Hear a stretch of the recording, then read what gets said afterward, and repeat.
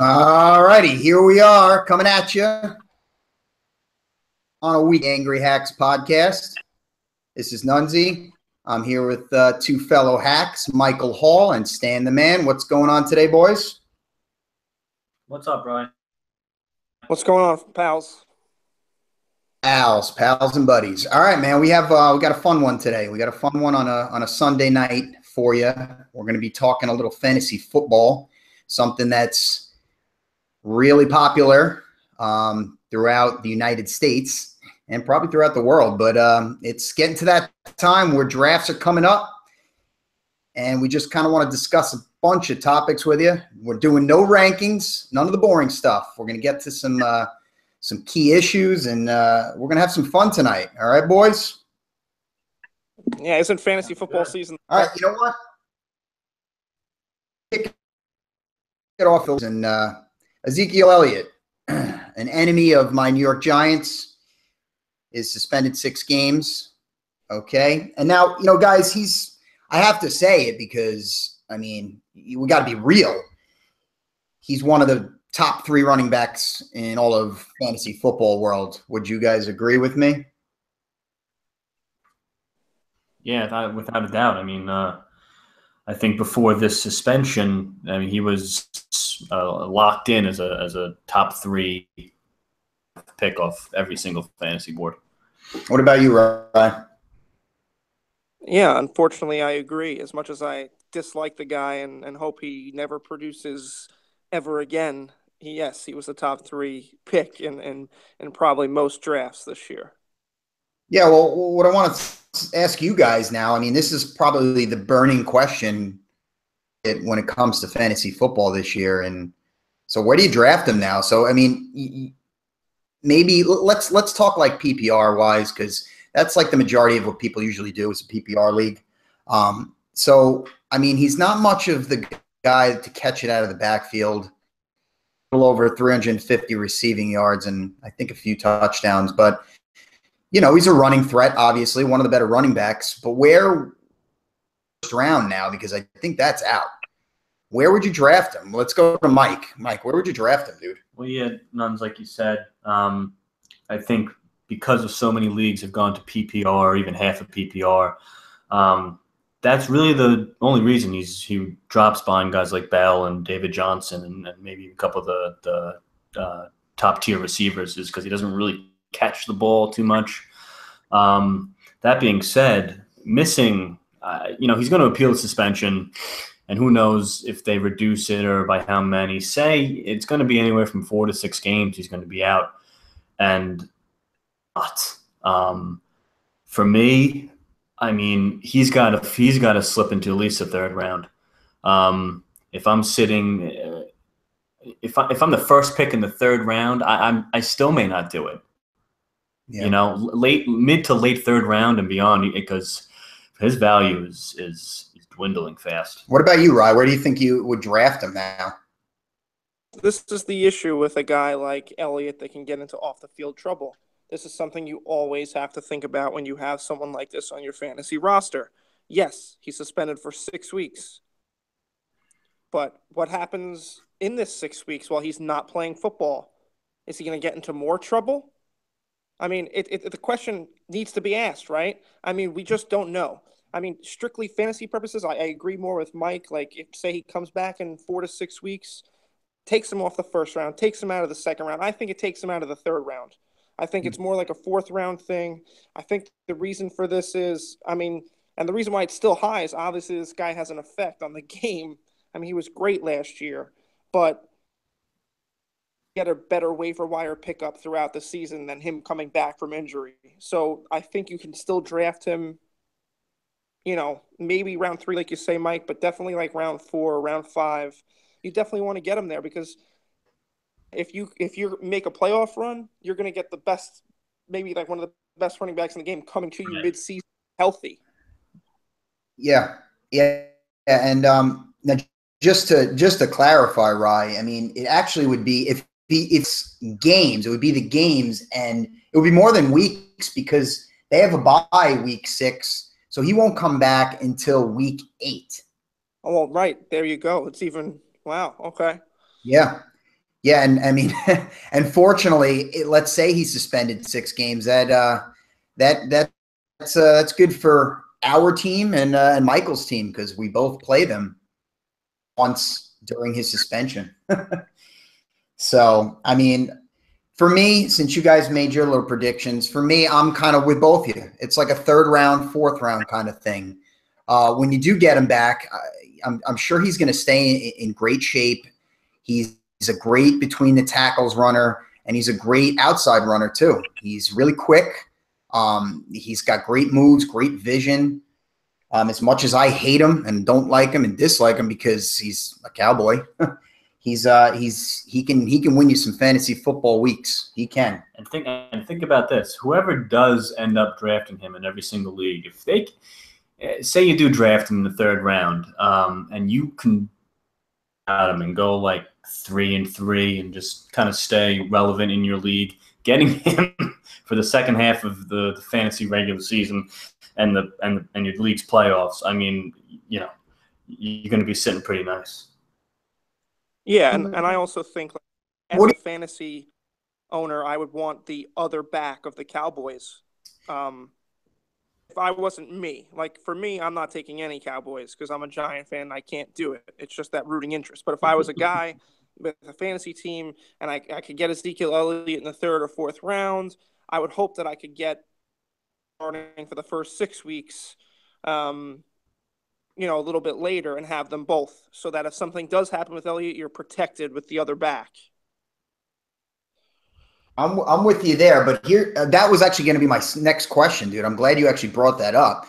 But my next question for you is, you want to try to handcuff Ezekiel Elliott because it's a good team running behind a great offensive line.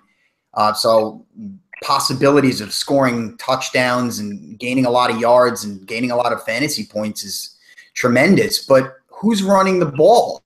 I mean, you got Darren McFadden, Alfred Morris. You got this guy, Rod Smith. You just picked up Ronnie Hillman. So who's to say they're not going to go by committee? That's like true. One of those guys aren't dominant. Is there a real handcuff? That's the question. I don't know if there is. Yeah, is there really a handcuff to him? So I mean, it's really going to be important for those of you who who are looking to that handcuff. Like you got to really think about that. Because if you go out and grab McFadden 7th round because you grabbed Ezekiel Elliott in the 3rd or 4th round, you really got to watch because who's to say he's getting 20-something touches a game? You may get nothing out of either of those guys for the first 8 weeks, Right. Well, I would love. So I think it's quite interesting. It's a really quite interesting topic to talk about in terms of fantasy and drafting because it really changes your whole outlook on your draft day. Yeah, it really does. But I would love to never see that crop top in him again. I would love if he never made it back this year. Leave your crop top at home, Ezekiel Elliott. I never want to see that thing again. Yeah, I'm with you there. Well, on the same day as the suspension by Elliott, there were some moves. You had Sammy Watkins traded to the Rams, and on the flip side, you had Jordan Matthews coming over to the Bills. So, Rye, what do you think about those picks and those two got their guys' draft stock now? Well, I mean, draft stock, I think for Watkins, I think it goes down. I mean, I guess they don't have much else. I mean, they got Woods out there, but they're going to throw in the ball. But from what I've seen of Goff, I mean, can you really be happy if you're Sammy Watkins? Like, I think Sammy Watkins is he's in a contract year this year. So I was thinking big things when he was with Buffalo, when he was going to be with Buffalo, because I think Taylor's a pretty decent quarterback, and I just expected big things from Watkins. Now, the only good thing about Watkins getting traded to the Rams is the fact that he's going to be living in LA instead of Buffalo. But on the field, I mean, I think he's got to be so pissed. This is a contract year. I think he was thinking about having a big year. I can't see him having that big a year. I just can't do it. I mean, I had to see something from Goff first, so I wouldn't go too high with Watkins. I think his value takes a little bit of a hit. Yeah, you know what? Since we're on Watkins right now, you got to think of other things too. The guy's been hurt most of his career. He's only been in the league a couple of years, and he's been hurt a lot. I don't know. Does the warmer weather, does that help him? I mean, definitely. Yeah, maybe that helps him stay on the field. But the thing with Goff too, which I'm glad you brought Goff up, he's kind of the unknown, isn't he? He's kind of the unknown. How do we know how good he is? Yeah, we don't know yet. We really don't. Some guys don't blossom until 3 or 4 years in the league as a quarterback. Look at Aaron Rodgers. He sat behind one of the best quarterbacks ever, and look at him now. Listen. I'm not saying he's an Aaron Rodgers. I'm just making a point. Yeah. Yeah. I mean, Watkins, I don't know if Watkins' stock really changed all that much. I think we kind of know what Sammy Watkins is. I kind of agree on a bit just because I do like Tyrod Taylor. And Goff, we don't know. But I don't think it changed all that much. Jordan Matthews changed that much. He had Carson Wentz, had a pretty good rookie year. I like Wentz a lot this year, and he goes to Tyrod Taylor. Correct, he went to Buffalo. Mm-hmm. But Jordan Matthews has to catch the football. I don't care who's throwing it. That's a good point. Kid drops the ball a lot. You don't get fancy points for drops. So I think both guys, probably I would rank them about the same as I did before the trades. Yeah. In terms of Matthews, I guess, I mean, the Eagles they made a good play there. I mean, they got a cornerback, and they also were semi-deep at that position, picking up Alshon Jeffrey, and they also picked up Torrey Smith this year, who's a deep threat. Right. So, I mean, they had leeway to get rid of a guy like Jordan Matthews, like you said, has the drops. So maybe that was on their mind as well when they were making that trade. So they bolstered the defense a little bit, which actually their defense is pretty solid this year to begin with. But now a guy like Jordan Matthews, he brings his talents over to Buffalo, and that's kind of a little bit of an unknown. I'm with you, though, Mike, with Tyrod Taylor. I kind of like him a little bit. He's able to get out of the pocket and create his own plays. Mm-hmm. So, I mean, that gives your wide receivers a bunch of chances. He's just a pretty good thrower. Yeah. He's a pretty good passer. Yeah.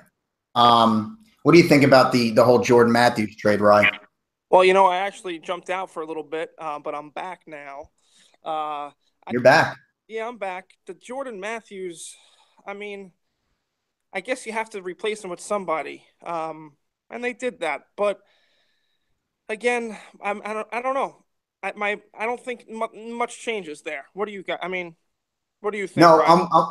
I'm with you too, dude. I'm really with you because it's kind of like a even swap. I mean, one guy, as a Bill fan, one guy you're trading away who was injured, couldn't stay on the field very much, and then you're bringing in a guy that can't catch the ball. Right. So something's got to give. I think these guys were both mid-tier receivers before the trade, and they're both there now. What were you saying, Ryan?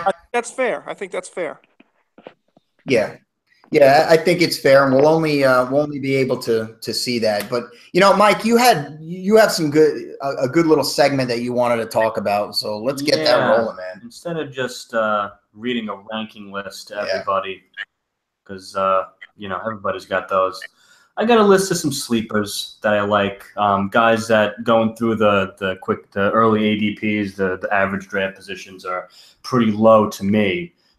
I think you can get better value. I got a list of potential busts that I think are being drafted too high, and I got a list of rookies that I think that can really be impact players right away. Let's start with these sleepers. We got they're all young guys. Joe Williams, running back from the 49ers. Like Joe Mixon, who we'll get to later, this kid's really the only issue is this off the field stuff. And the Niners love him. He's a better fit for that offense than Carlos Hyde. So Joe Williams is a guy, if he's on the board in the later rounds, take a look at him. CJ Prosise from Seattle. I think everybody knows what he's about. He was very productive when he was healthy. Durability is obviously a concern, but he plays in Seattle, and they want to run the ball, and so Tyler Lockett, receiver from the Seahawks. Same. He was just hurt last year. I think I forget what his ADP was, but it's very, very low. I think Tyler Lockett can add a lot of depth to your receiver core. Got a quarterback for you. Carson Wentz. Something like the 19th quarterback on average coming out of these drafts right now. I didn't even know that. In the early drafts, and I think that's way too low. This kid's a hard worker. I know you guys love him because he plays for Philly. Yeah, we love him. But he can move. Good thrower. You kind of like the revamped receiving core there. You touched on Zach Ertz the whole bit. My last guy, Tyler Gabriel. Man, they break their back just looking for ways to give him the ball. They'll give him carries. They'll run reverses. They'll throw him the ball, and on that offense, I mean, what an explosive guy he could be. So there are your 5 guys. So what do you guys think about that little list there? Brian, you want to step in first? Sure. I mean, I want to talk about 2 of those guys. Go ahead, bud. Carson Wentz. Okay, the affection I had for him, during his last year of college, watching a little bit, or watching highlights really, and then seeing him around right before draft day, I had a little bit of affection. That ended the night he was drafted for the Eagles. I hope he sucks, and I hope that's it. But I guess I understand what you're saying. I do see a lot of potential in him. The other guy that I'm super high on that you just mentioned is Tyler Gabriel. Super high on him. Taylor. Gotta love him. He does everything well. The guy, I mean, he's a game changer. Yeah. And he came over from Cleveland, correct? Wasn't he on Cleveland? Yeah, that was that was a Mike Lombardi special. Michael Lombardi thought he was going to be like the greatest player ever. And, Michael Lombardi obviously lost his job after a while, but I think what we saw last year is what Michael Lombardi thought was going to be this guy a few years ago. But now it's finally coming, and I see. I mean, the guy looks great out there. Yeah, he really changed a lot of fantasy rosters last year when he kind of bust onto the scene. That's for sure. All right, I got a potential bust list here. Spencer Ware is going to lead us off because he's coming off the boards somewhere in like the 3rd round on average right now, and that is insane to me. I don't hate Spencer Ware, but so maybe he's not really a bust, like he's going to ruin your roster, but if you draft in the 3rd round, he might. Carlos Hyde. I mentioned Joe Williams, the other running back in San Fran. Carlos Hyde, he doesn't fit that offense. He's hurt. He's still being drafted like a second-tier running back, and I don't see it at all. There's even reports that he might get cut by San Francisco before the season starts. So that's something to keep an eye on. If he gets picked up by another team that's a better fit for him, maybe I'll change my mind. I got one you guys might not like, but it's Brandon Marshall of now the New York Football Giants. I worry about I think he's a great fit for the football team, but fantasy-wise, I'm not sure. 33 years old. And you guys got to admit, the offense, it wasn't dynamic last year. And it might be this year. But I worry about Marshall. People are excited about him with the change of scenery and all that, and the draft him kind of high. Just be careful with him. Latavius Murray. Minnesota picked him up. I just don't think Latavius Murray is a very good football player. We got Dalvin Cook drafted by Minnesota, who's just going to, I think, just take that job. And Lat Murray, as I affectionately call him, is going to be left in the dust. My last guy, maybe it shouldn't be on a bust list, but I just want people to be careful. It's Brandon Cooks, who's on New England now. Don't go crazy reaching for this guy because you know Belichick. You know those game plans. It's a new guy every week. He's having great practices in preseason, and Tom Brady can say he loves him, this, that, and the other thing. But outside of Rob Gronkowski, I don't trust anyone in that uniform being a reliable fantasy option. So Cooks is going to have some big weeks, but he's going to have some duds. He did New Orleans, and that was in a crazy offense where he was the premier guy. So just be careful with Cooks. Don't reach. Don't reach for any of those guys. Well, I'm glad you kind of said Cooks, because now I'm going to kind of debate you with that one. Okay. Cooks is a guy I really like.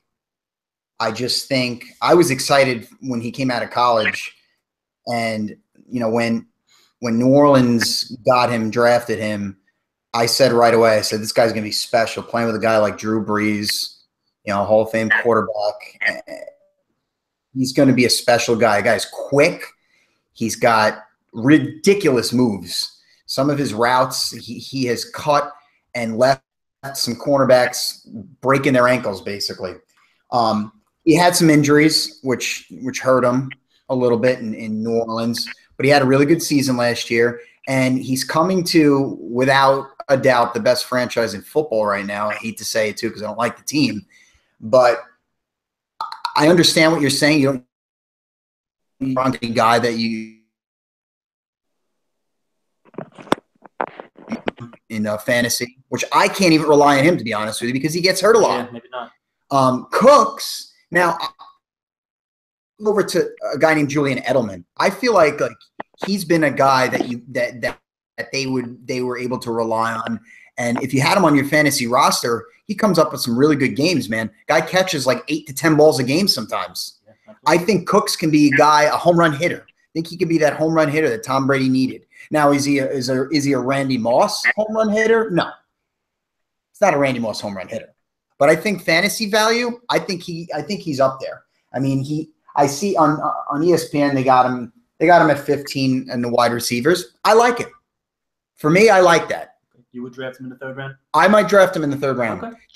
And a big reason is the team he's on. The team's going to score points. Yes. They are going to spread it around, but they're going to score points. He's going to get his touches. He's going to get it. He's going to get his touchdowns. He might be a little bit lower, but I think he's going to score.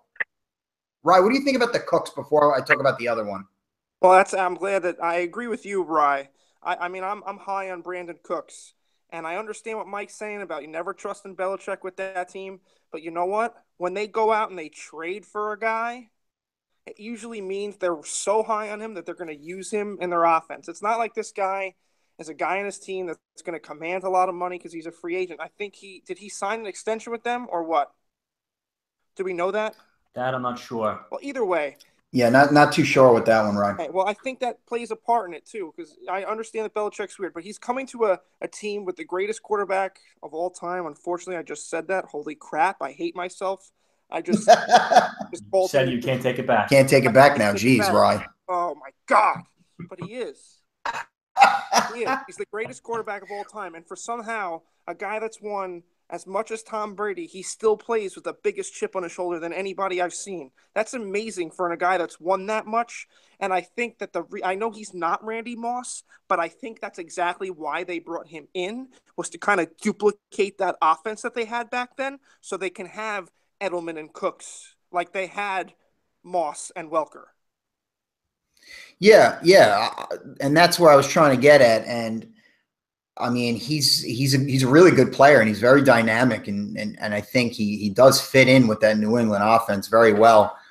He can kind of duplicate also what Edelman kind of does, those little, short routes over the middle and break it for a 40-yard touchdown. That's how dynamic guys like that are. The little dudes, quick, sharp route runners. But we'll see. And listen, I may draft Brandon Cooks. Don't get me wrong. Yeah. I think he will have a pretty good year. Third round for me is just a little too rich. Okay.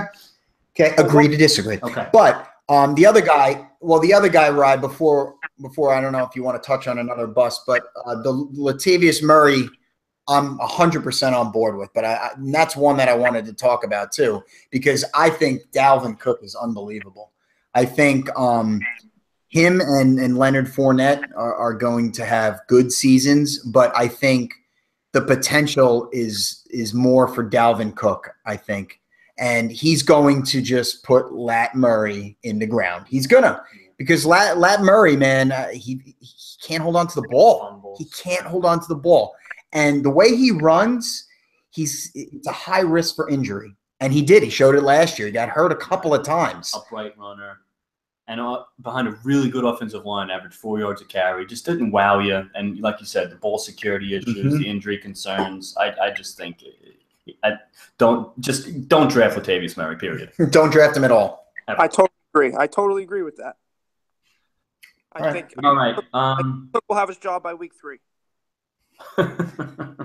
All right, you mentioned Dalvin Cook, Nuns. My rookie list. I got a list of guys that are definitely worth drafting. They could be impact players right away. So it depends if you play in a standard league or PPR. We play in PPR. I think that's kind of the way fantasy football is shifting. So the top of my list is Christian McCaffrey. He is going to be a PPR animal. In that offense, I know Newton's been banged up, but I don't think who's playing quarterback because they're going to find so many ways to get him the ball. Where would you draft Christian McCaffrey? That's a tough one, but he kind of, I think, second round. He kind of reminds me of a better Danny Woodhead. Yeah, because I think he's a better runner than Danny Woodhead. What do you think, Rye? McCaffrey? No, I like McCaffrey. I like his game. But my one thing about it, I think that I think he does remind me of Woodhead as well, a better Woodhead, which is pretty good coming because Woodhead's been pretty good. Especially for fantasy. Yeah, right, exactly. But the thing is like this is the same team that has never just featured one back. That's with a bunch of guys. And it's like they still have Stewart, right? Yeah, they still got Jonathan Stewart. He's still there. I think it may change. It may change with this kid. I really think it does. I hope so for his sake. And I said James Stewart like back in the day. Like they're gonna run him the ball. Like I don't know, but yes, I'm high on McCaffrey. But I just hope that team doesn't screw him a little. Well, and I compared him to Woodhead because he plays the same type of game as Woodhead, and like you said, he could be a PPR monster, and that's what Woodhead was until he got hurt. Right. Every year. You draft Woodhead, and he's going to get those catches. He'll go out there as a running back and catch 8 or 9 balls for 153 yards, but then rush the ball 8 times for like 12 yards. Yeah. But I think McCaffrey's going to do that, but he'll give you more. Yeah. I think he'll give you more. He'll run between the tackles here and there. Yeah. But he is that dynamic player that on a team that underachieved big time last year – really needed, dude. And for fantasy-wise, like you said, he's going to catch a lot of balls, man. Yeah. I think 30 touches for him out of the gate with that. And I understand what you're saying, Stan. That team is notorious for even the quarterback. The quarterback is their goal line back. Yeah. So right. They're a weird running fantasy team to deal with, if that makes any kind of sense. But if you – and you know what? But if in terms of PPR, he'll be great. Right. But I'm glad you brought up that point that Cam Newton is their goal line runner. That'll lose touchdowns for McCaffrey. Right. If you're playing, it'll lose touchdowns for everybody. Yeah. Okay. The only receiver I have on this list, and I put him at number 2 ahead of my last 3 running backs, it's Corey Davis, the receiver, Tennessee. This kid, just like McCaffrey, I think has the potential to be an absolute beast from day one. I'm kind of high on the Titans this year as a football team. I think Mariota takes big steps forward. Oh, that's one of the things. And I think Corey Davis is a big reason, and I think that's going to be a match made in heaven. Mm-hmm. And Corey Davis is going to make people who draft him very, very happy. Sure. Leonard Fournette. You touched on him before, Nuns. Shitty team is the only problem there. Yeah. His biggest problem is Blake Bortles. But I don't. You know what? It may not matter. I think this kid is that good. He's just going to create yards and touchdowns for himself. Mm-hmm. Now, if on a better team, he may be a top 5 fantasy pick overall. A la Ezekiel last year. But the team is such a piece of garbage that it holds him back a little. I still love him. You know who he reminds me of? Who do you think that I would think he reminds me of? Adrian Peterson. I'm a big Oklahoma Sooner fan, so I like to follow all my Sooners in and out of the NFL. And this guy, Leonard Fournette, is a beast. He is a beast. And the problem is with him is because he's a beast and he runs so hard, he gets hurt a lot. But so did AP. Right. He gets hurt a lot. When you run the way he runs, very angry, you are going to get hurt because you're running into big dudes. And they're taller guys. Peterson and Fournette are very similar bodies. They're tall men, so there's a lot to hit. They're men. That's what they are. They really are. They're young friggin' men. And Fournette, he's gonna score a lot of touchdowns. I have a feeling he's gonna score a lot of touchdowns. I think you're right. I'm thinking he's scoring at least 10 touchdowns this year. I'm going out on a limb. You want to put the over under 9.5? 9.5. I'm going over. Stan, what are you taking that? Fournette rushing touchdowns. Over under 9.5. Over under 9.5. I'm going over. Reason being, Blake Bortles is not going to be the starting quarterback by week 6. Interesting. I'm going to take the under just to be a dickhead. And the team sucks. Yeah, he's going to get 9. But he might get 9. And listen, Fournette is a better catcher of the football than people give him credit for. They said he hasn't dropped the ball in camp yet. Mm-hmm. So, again, it's Blake Bortles throwing that football. Someone else, Dan. But wait, let me say, do you like Blake Bortles? Can you tell? Blake Bortles, my God. Now, this is going to be his 3rd year, Blake Bortles? 3rd year, yeah. Right? So, my 3-year theory, it takes 3 years for you to find out what you have in an NFL starting quarterback. I think we know after 2. They're going to find out he's a big pile of dog duty. Yes, you know what? I'm with you. We already know. And, all right, let's stop bashing the poor kid. Next on my list, Joe Mixon. You want to talk about a boomer sooner? Oh, man. Now, listen, we know the story with Mixon. Big off-the-field issue. But strictly football, it would have been a first-round pick if he didn't have the off-the-field incident. Now, Cincinnati, Jeremy Hill, I think he's just going to fall off the face of the earth. Gio Bernard, I don't think will fall off the face of the earth. But, injury, ACL coming back. Joe Mixon has a really, really good shot to take the reins. And the kid is unbelievable. Just probably talent, maybe the best pure running back in the whole class, above Fournette. So love Joe Mixon. Well, you know what? I'm just going to talk a little bit about him because I know a lot about him. Being an Oklahoma Sooner, the guy has got immense talent, immense talent, and in a PPR league, this guy could dominate too. Mm-hmm. And listen, you can say whatever you want. He could be like a Bell and David Johnson, PPR style. I think so. Catching the ball. He's that good. He's that good. And like you said, his only little bugaboo is that off the field stuff. And it wasn't just that one incident. Yeah. He had a couple of other incidents before that. We don't need to go into that. Yeah. But strictly from a fantasy football perspective, the guy can dominate. Yeah. And he can come out as a top 5 fantasy point leader. He can. Yeah. He's got that much talent. I think the potential's there for sure. And I mean, think about a guy who he's going to be playing with too, AJ Green, who's a fantasy monster. Yeah. Okay. But you're so right. I think Jeremy Hill is going to fall off the face of the earth as well, and he's gonna take those reins, man. Because Giovanni Bernard is not a RB1. He's not. No. He's a solid RB2 if he stays healthy. He can catch the ball. He's a little scat type back too. But Mixon does it all. He runs between the tackles. He runs hard. He runs great routes as a running back, dude. I've seen so many awesome routes that the kid has run. And the guy has awesome hands for a running back. He does. He's got a good quarterback. Andy Dalton's a good quarterback. Well, and he's a solid quarterback, Big Red. He's a solid quarterback. And I can sit here and talk about Joe Mixon for a while. And I'm strictly talking talent perspective. What he did was absolutely insane and ridiculous. But in a football perspective, he can dominate. What do you think about Mixon, Rye?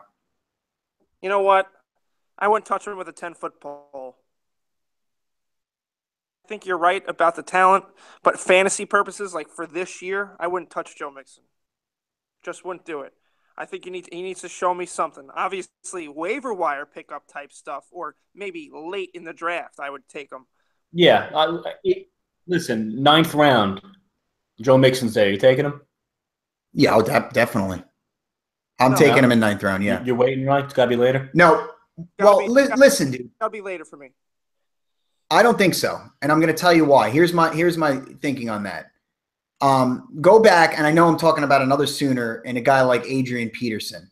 He was a guy that in some leagues, and I'll give you an example. One of my buddies drafted him in the first round as a rookie, and everybody looked at him like, oh my God, and what are you doing? Way too early. And I sat back quietly and said, it's not early. This guy's going to be a stud. And the numbers that Peterson put up his rookie year were insane.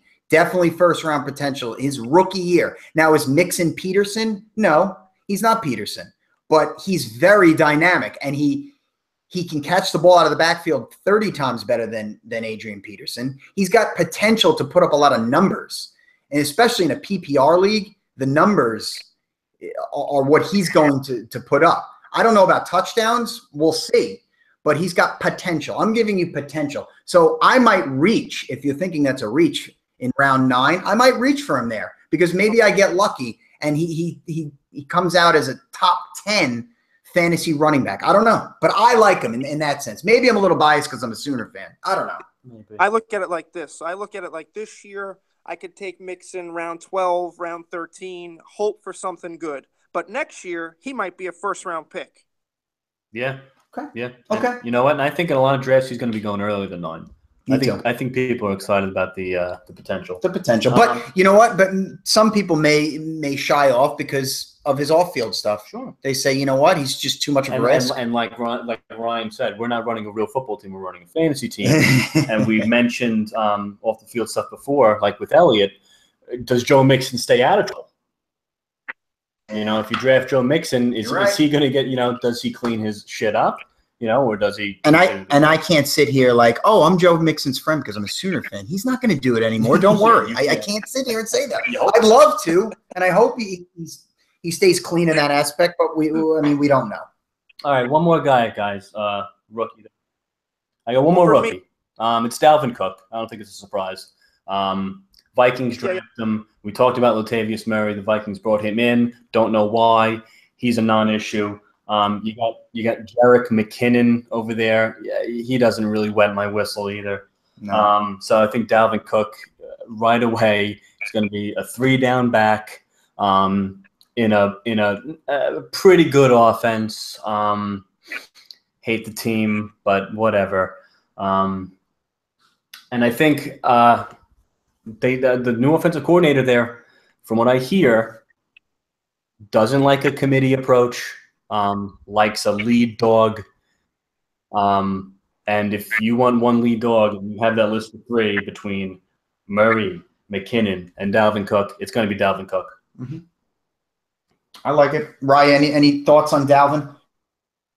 No, totally agree. All right, great. Mike, you brought up something pretty interesting about, some people have said, and I don't know why, but not drafting a running back early. Yeah, the zero running back strategy. Yeah, the zero running back. Stan, you familiar with this at all? Honestly, no. It sounds like idiotic to me. Well, listen, I'll explain it to you. I'll explain it to you because I've known about it for a few years. I used the strategy one year and it worked, and I won a fantasy championship. I used it the next year and it totally screwed me over. Basically, what it means is, now it doesn't mean you're going to end up with no running backs on your team. That's not what we're getting at. It means you're not drafting one in the first 4 or 5 rounds. Okay, the zero running back strategy means waivers early, maybe an elite quarterback. Maybe Gronkowski if you're able, because he's the only elite tight end. Maybe Jordan Reed has crept up into that now. And I'll tell you, and in those mid rounds, 4, 5, 6, you start scooping up your second tier running backs. You load up on 3 or 4 of them, and you kind of have a committee approach, and you ride your stud receivers all the way to the promised land. Like I said, I've seen it work, and I've seen it screw me. Now, here's why it can work. Running backs are tricky. They're tricky. They get hurt more. There's only 2 elite running backs right now. Elliott was the 3rd, but he's not this year because he missed too many games. You have David Johnson and Le'Veon Bell. So if you don't have one of the first 2 picks, you're not getting an elite back. So why reach for a Devontae Freeman, the 5th pick, when you can have a Odell Beckham Jr.? Yeah. You know? So receivers are safer. Running backs can get hurt. They can regress easier. It's more of a throwing league. And I think those are a couple of the reasons why it could work. Mike, I got to stop you. Yeah.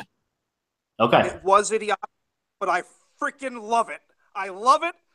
I've done this before. I had no idea where you were going with this. No running back fantasy sounds stupid, but this is great. I love it. I totally agree with you. I feel like Dick Vitale right now. It's great, baby.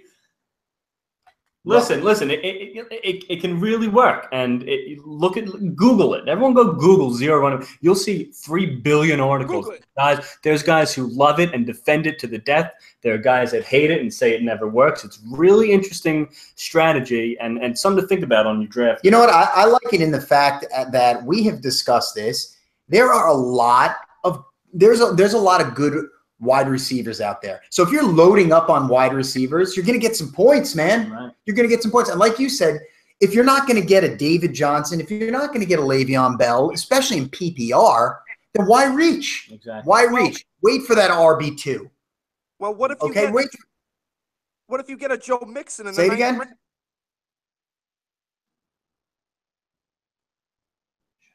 Standing there. Yeah, what if you get a Joe Mixon in the 9th round, like you just said? Well, listen, I mean, that could be your whole strategy going in. You can have a list of 10 or 15 tier 2, tier 3 running backs and say, F it, I'm just going to wait. And I'm going to load up and I'm going to take the best receiver available every single time. You can even do that with the quarterbacks and take 2 mid-tier quarterbacks late, Yeah.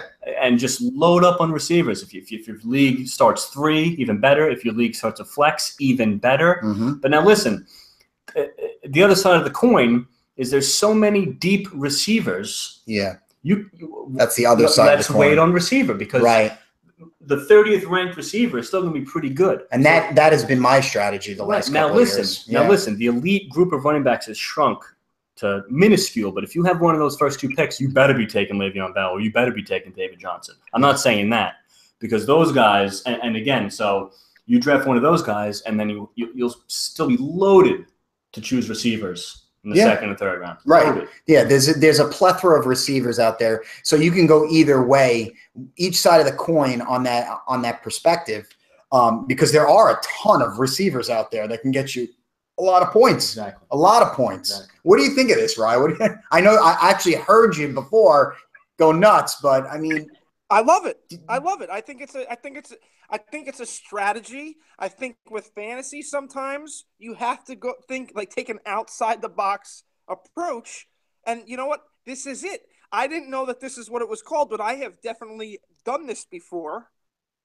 Mm-hmm. And coming to think of it, I think it has worked and it hasn't. But you know what? It's all anything that it's gambling. Fantasy sports is gambling. It's just without the gambling tag on it. So much. I think the really important thing to remember is you need a strategy no matter what it is, but you can't go into the draft.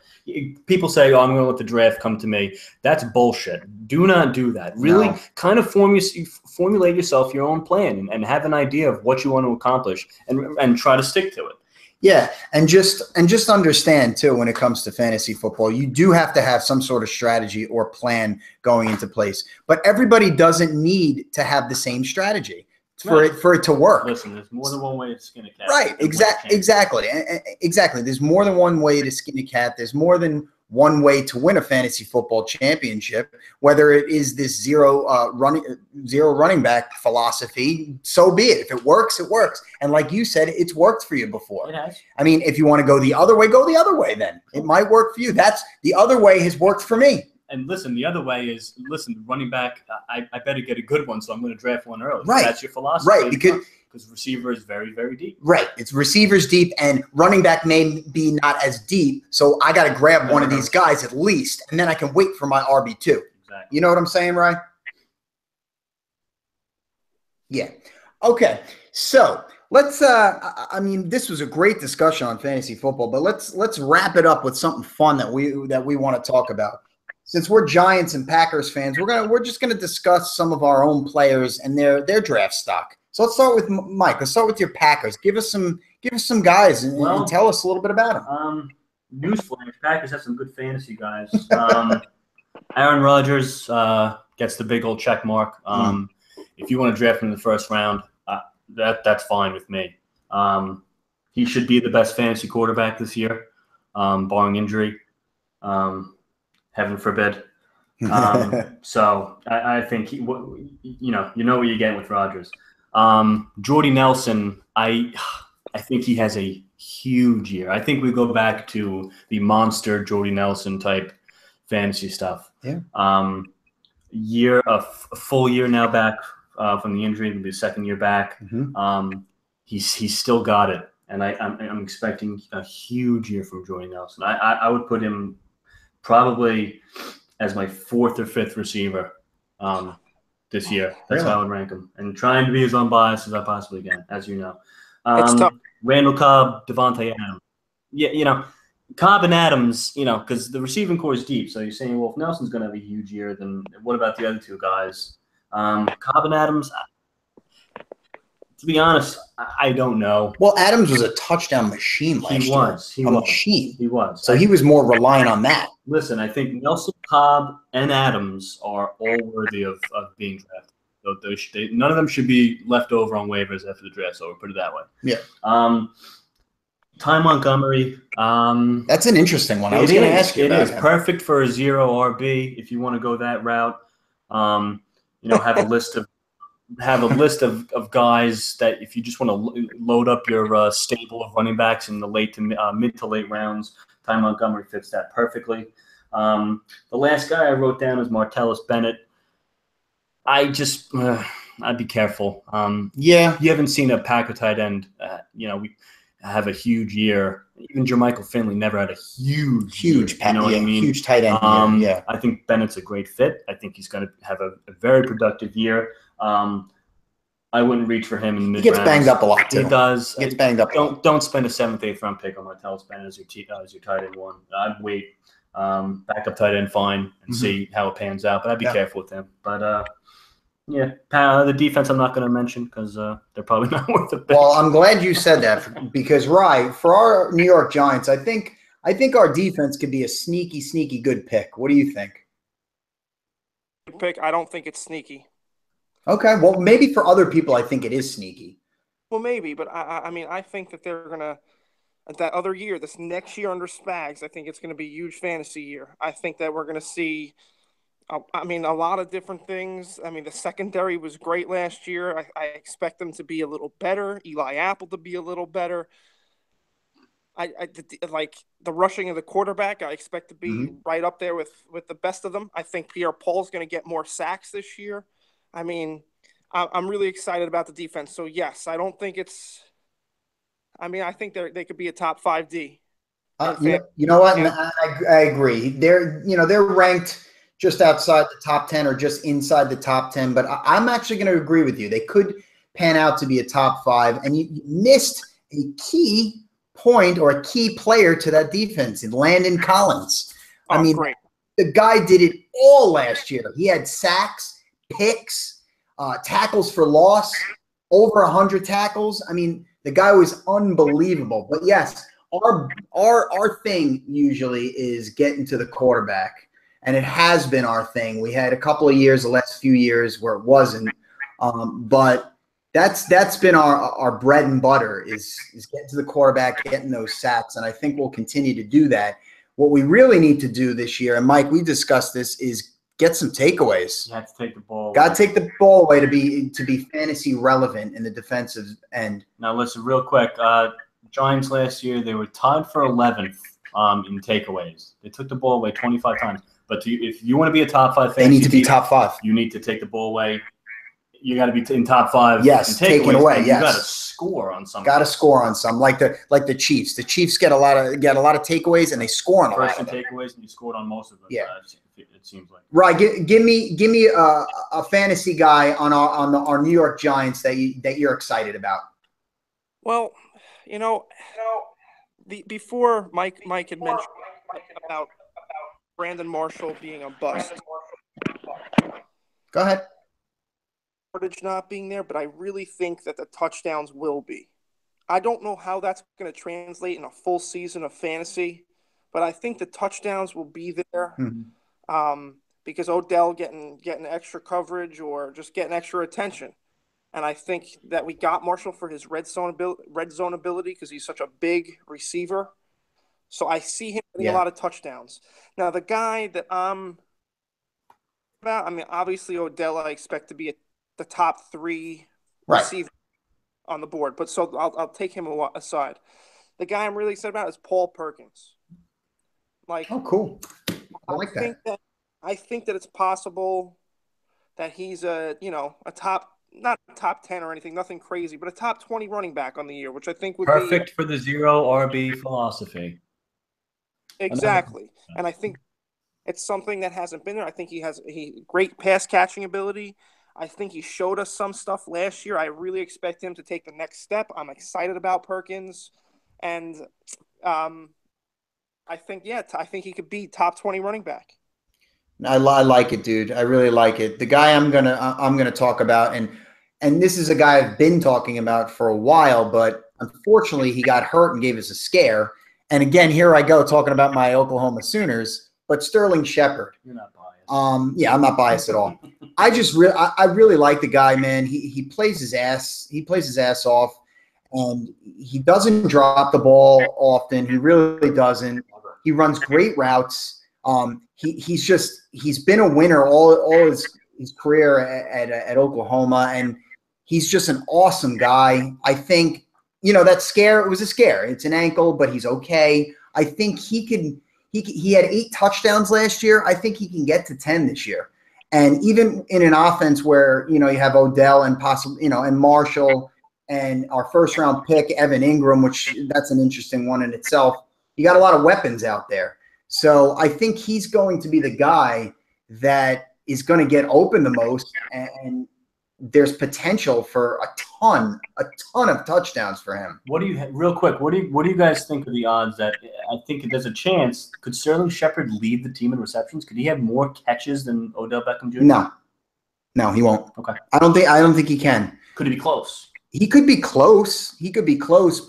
But Beckham's a potential 100 reception year guy, and I don't think Sterling is there. How many catches for Shepard? 70 max. I was going to say maybe 70. 70 is a good number, dude. I would say between 70 and 80. That's a great number. And that's a good fantasy year. And that's an excellent fantasy year for a wide receiver 3. Absolutely. Is it possible that all 3 of our wide receivers, and Marshall, Shepard, and Odell, is it possible that they all get like 8+ touchdowns? Because I think it's possible. Yes. Anything is possible, Ryan. Anything. Anything you put your mind to. Anything you put your mind to. Brings me up to my next guy, that I think Eli. I just think Eli is the best backup quarterback, one of the best you could have in fantasy football. Because I agree with you. I agree with that point. And I think that it's important to have a guy like that, because if you lose a guy that you draft early, who better to take his place than an Eli that could, on any given day, outperform anybody? Yeah, and go ahead, keep going. No, you go. I mean, I'm just going to say, and you just never know with these receivers. And like you said, they added Ingram. I expect Perkins to be a little better. If the offensive line is any better, I expect Eli. I know he's ranked, I don't know where he's ranked, 18th, 19th, maybe 20th. Somewhere around there. 14, 15. Yeah, right. I mean, I love, you do and I do. We love Eli and what he's done in a fantasy perspective. Sometimes he has a great game, and then there's other ones it's just a straight up dud where he throws 4 picks. So I mean, fantasy wise, it's tough to gauge what he's going to do. Now, with the weapons he's got, the potential is there this year. It really is. The potential is the highest it's been in quite some time, fantasy-wise, for Eli Manning. Wouldn't you agree? Totally agree. I kind of felt it last year. I even think I drafted him last year as my backup. And not a bad backup, but I think I ended up dropping him somewhere in the middle of the season. Even though we made the playoffs, he didn't have a great year. I expect him to be a lot better this year. Right. Well, let's hope our New York Giants and Green Bay Packers have great fantasy years, but great years in all. Fantasy's a fun time, man. We all do. We all have a good time doing it. We're all in multiple leagues.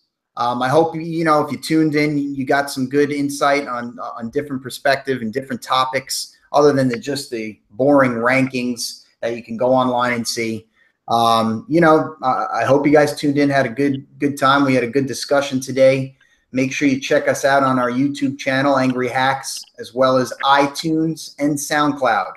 All right, everybody, you have a great night, and we'll catch up with you on the next pod. Peace. Take it easy.